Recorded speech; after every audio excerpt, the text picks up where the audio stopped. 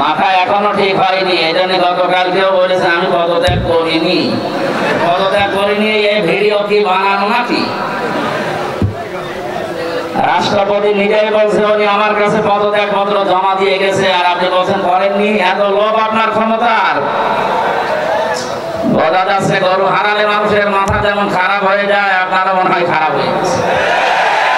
এই জন্য ওনার ছেলে পরশুদিন স্ট্যাটাস দিয়েছে আমার মার মাথা খারাপ, ওনার কথা আপনারা কিছু মনে করবেন।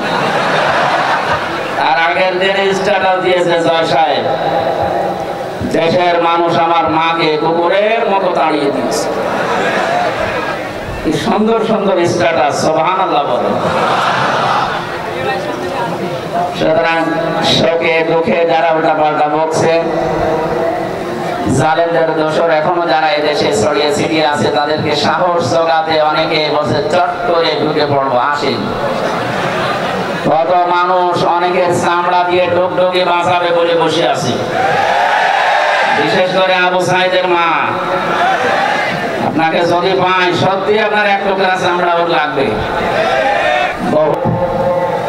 ভুলেও আপনি একটু গেলবেন না। যদি বাইরে আসেন, এই যে জনপ্রশাসন মন্ত্রণালয়ের যিনি কালকে ধরা পড়েছে, ও মনে করেছিল যে সব সহজ হয়ে যাচ্ছে, যেই বের হয়েছে দরবেশের মতো ধরা খেয়েছে। আমরা তো বিড়ালের জাতি না, আমরা সিংহের জাতি, আমরা প্রতিবাদী। প্রতিবাদ বন্ধ হয়ে গিয়েছিল, এই জন্যে 15.5 বছরে জালেমরা যা ইচ্ছা তাই করেছে।